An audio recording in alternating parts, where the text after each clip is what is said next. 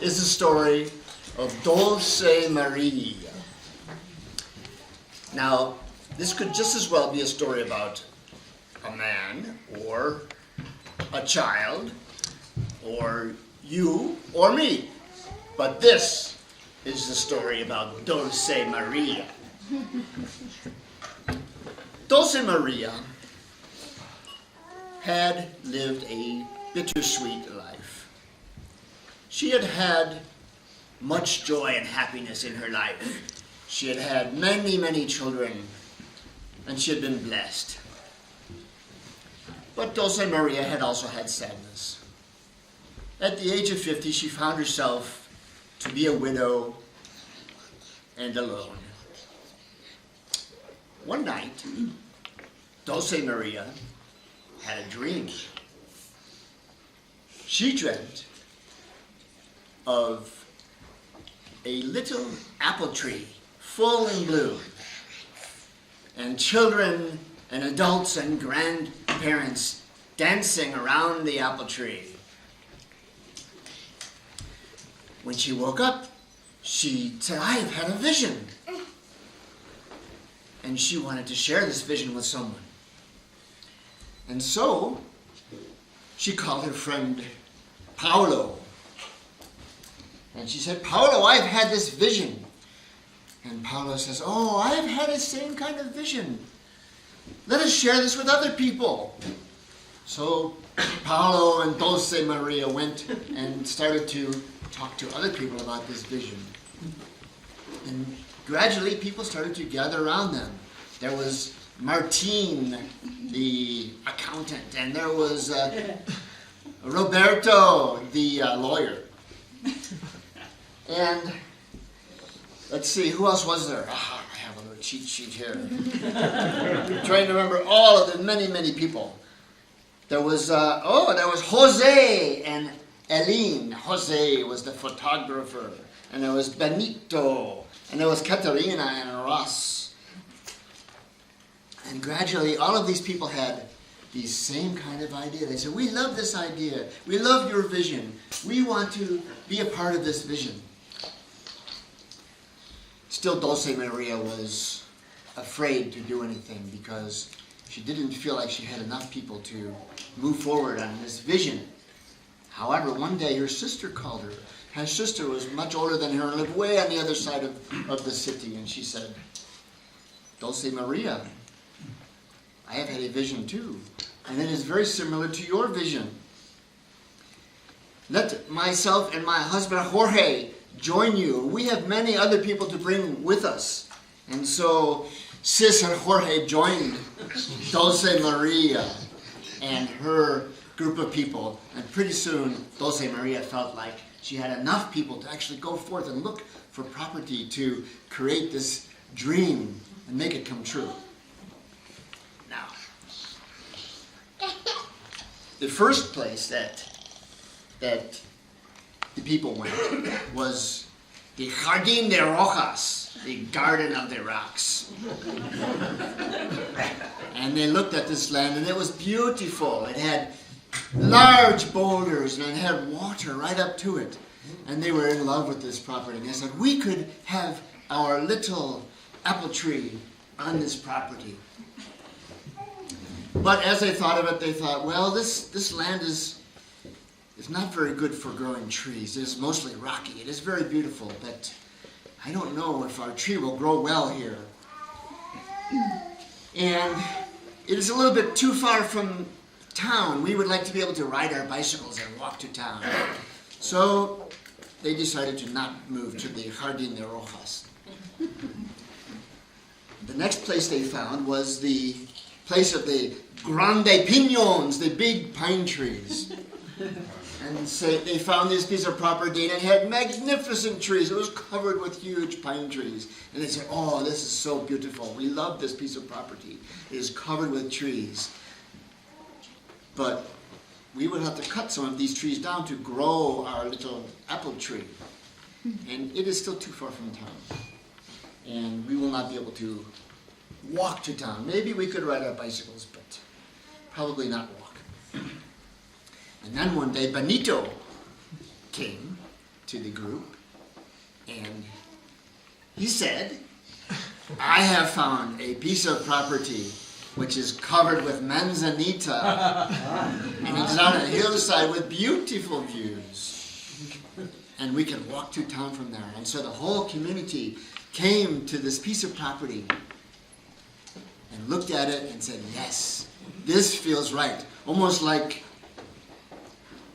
Goldilocks and the Three Bears. They said, the first one, the second one, now the third one is just right.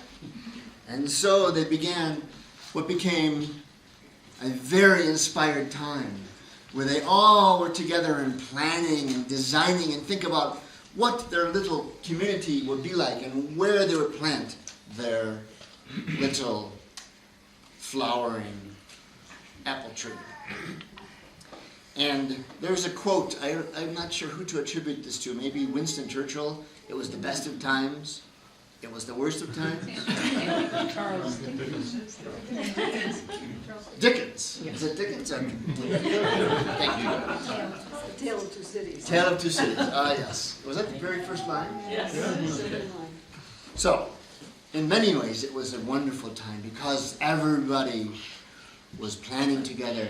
And Mary Rose, could I indulge upon you for a moment to read that first part of that list where things are just wonderful? Sure. Qualities of natural vision: happiness, contentment, harmony, fulfillment, success, ease, honesty, and a sense of being fully present and centered.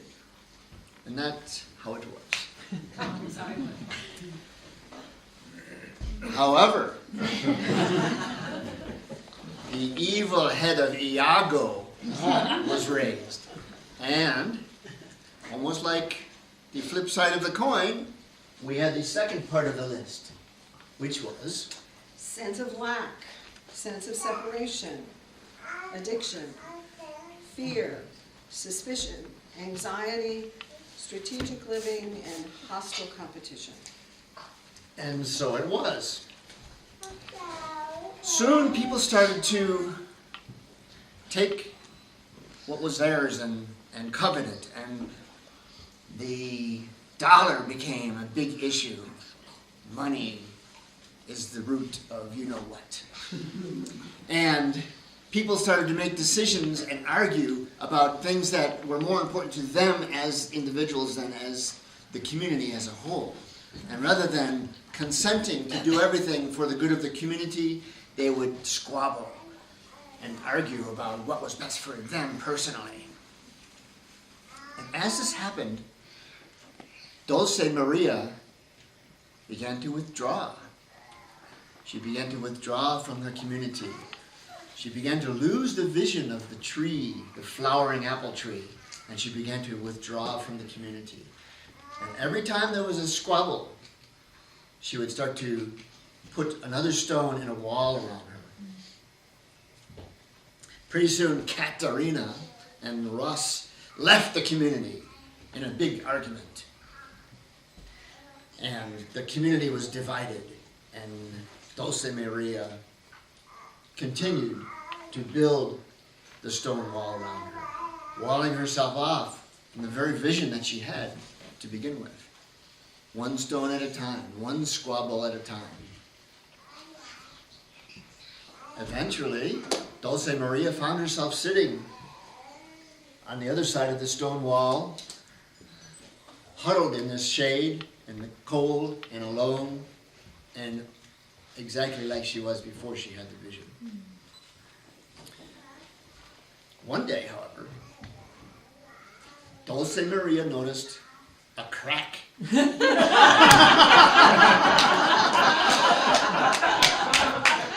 crack in the wall. And of course, she got out her Adobe plaster and started to patch it up. And she huddled behind her wall. The next day, the crack was back. It had returned.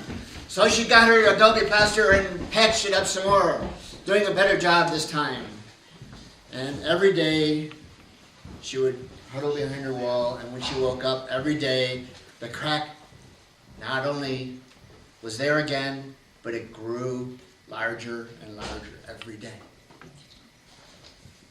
Finally, one day, Dulce Maria was trying to fix this crack, which was now about this wide and about 16 feet tall. And she could look all the way through the wall. And what did she see on the other side of the wall? A flowering little apple tree with people dancing around it, young children and adults and grandparents. And she looked and she couldn't believe her eyes. And one of the children, like Ed's two kids,